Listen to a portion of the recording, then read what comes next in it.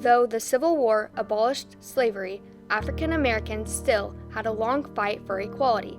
Beginning in the late 1940s and lasting throughout the late 1960s, the Civil Rights Movement affected every American. The Civil Rights Movement was a national struggle for equality and justice. On April 4, 1968, Reverend Dr. Martin Luther King Jr. was assassinated while standing on a motel balcony in Memphis, Tennessee.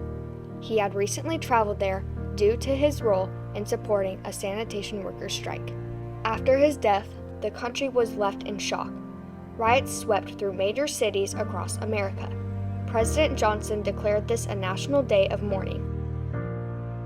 Harriet Glickman, like many other people, was devastated by this horrible event. On April 15, 1968, she decided she was going to make a change.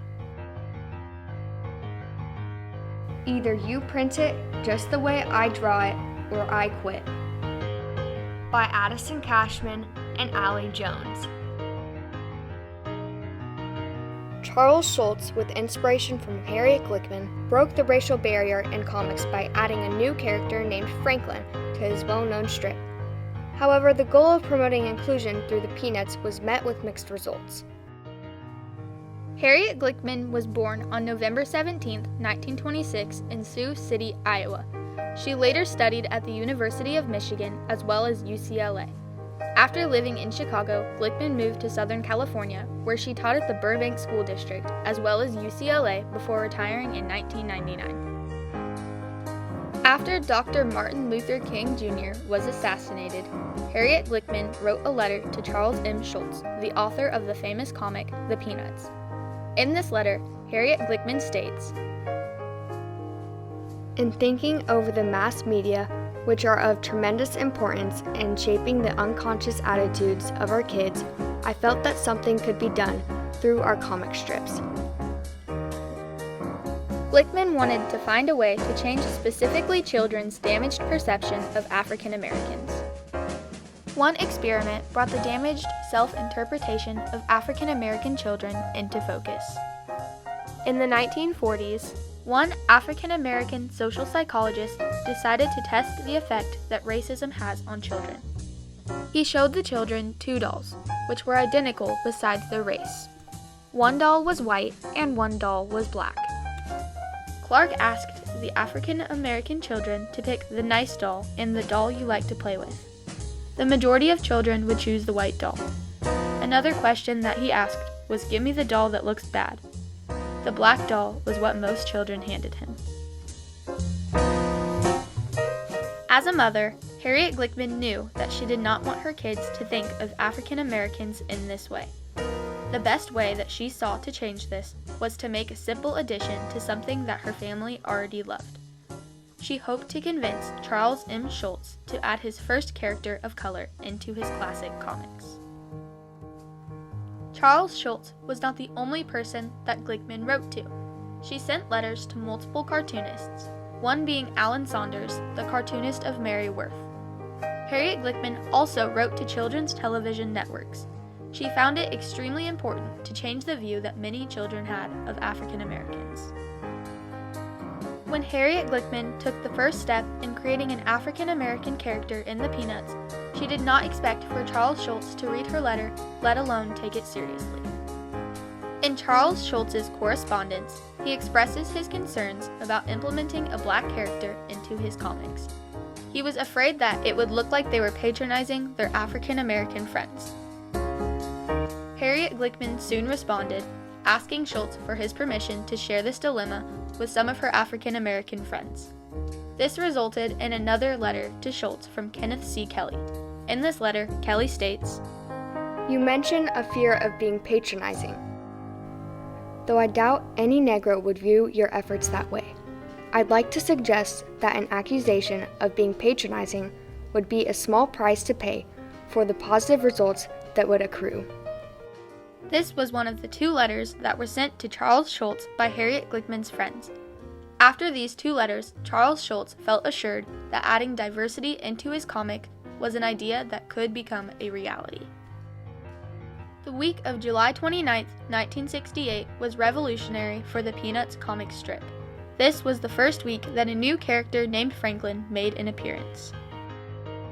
He first appears at the beach, handing Charlie Brown his lost beach ball. Franklin and Charlie Brown have a conversation about Charlie's crooked sandcastle as well as baseball. Schultz sort of gently brought him into the page. He was just one of the kids. Charles Schultz's decision to include Franklin in the Peanuts was immediately controversial. Many newspapers threatened to cut the popular comic. Schultz's syndicate did not agree with the addition of an African American character. Eventually, Schultz states, "Either you print it just the way I draw it, or I quit. How's that?" People across the country had different reactions to Franklin. Though there were good reactions to Franklin, some people simply did not agree with the character. Charles Schultz received many letters critical of Franklin. "I don't mind you having a black character, but please don't show them in school together." It was unlawful for schools to be segregated at this point in the civil rights movement. Under Brown v. Board, schools were faced with forced integration, and many people were unhappy. Though many people were unhappy about the addition of Franklin to the Peanuts, this event positively impacted many people. Amidst all of this darkness, there was a little bright light named Franklin. I was like, wow, look at that little dude in Peanuts. And this was some sort of a jolt to me. And I really, really began to take my interest in cartooning seriously. I became a published cartoonist myself by the time I was 17. I do a nationally syndicated comic strip. It's the most widely syndicated comic strip by an African American in the history of this country. When Franklin was introduced to the Peanuts, he gave people who were treated unequally in America a new sense of hope. Franklin's character is still a part of the Peanuts today, but his role is not perfected, even now. Charles Schultz did not add as much detail to Franklin's character as he did to the rest of the Peanuts gang.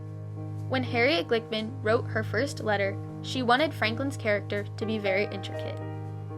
She even said, "Give them a Lucy." Many people had viewed Franklin's personality as bland, but Schultz had a good reason for writing Franklin that way. Harriet Glickman believes that Schultz's reasoning behind Franklin's less complicated personality was that including an African American in comics was something that hadn't really been done before. He knew that if he made him fantastic, there might be criticism. And if he made him the other way, there might be criticism. So he sort of made him in between. When Charles Schultz created Franklin, his ultimate goal was to show people that everyone should be treated as equal. But this did not always happen, not even in the Peanuts. On November 20th, 1973, a Charlie Brown Thanksgiving was broadcasted on people's televisions across the country. Some people did not like what they saw. As Charlie Brown showed his friends to their seats at the table, it became more and more obvious that there were some major differences in how Franklin was being treated compared to the other kids. As Franklin sat down in his chair to eat, it appeared to break right under him. None of the kids got out of their chairs to help him up, and he proceeded to sit in this broken chair for the whole meal. Another obvious difference was that Franklin was shown sitting on his own side of the table, secluded from the rest of the group. This isn't the only time that an event like this occurred. Franklin faced many stereotypes throughout his role in the Peanuts.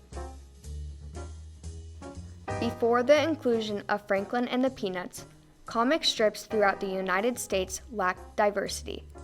There were little to no strips that included characters of different races or ethnicities.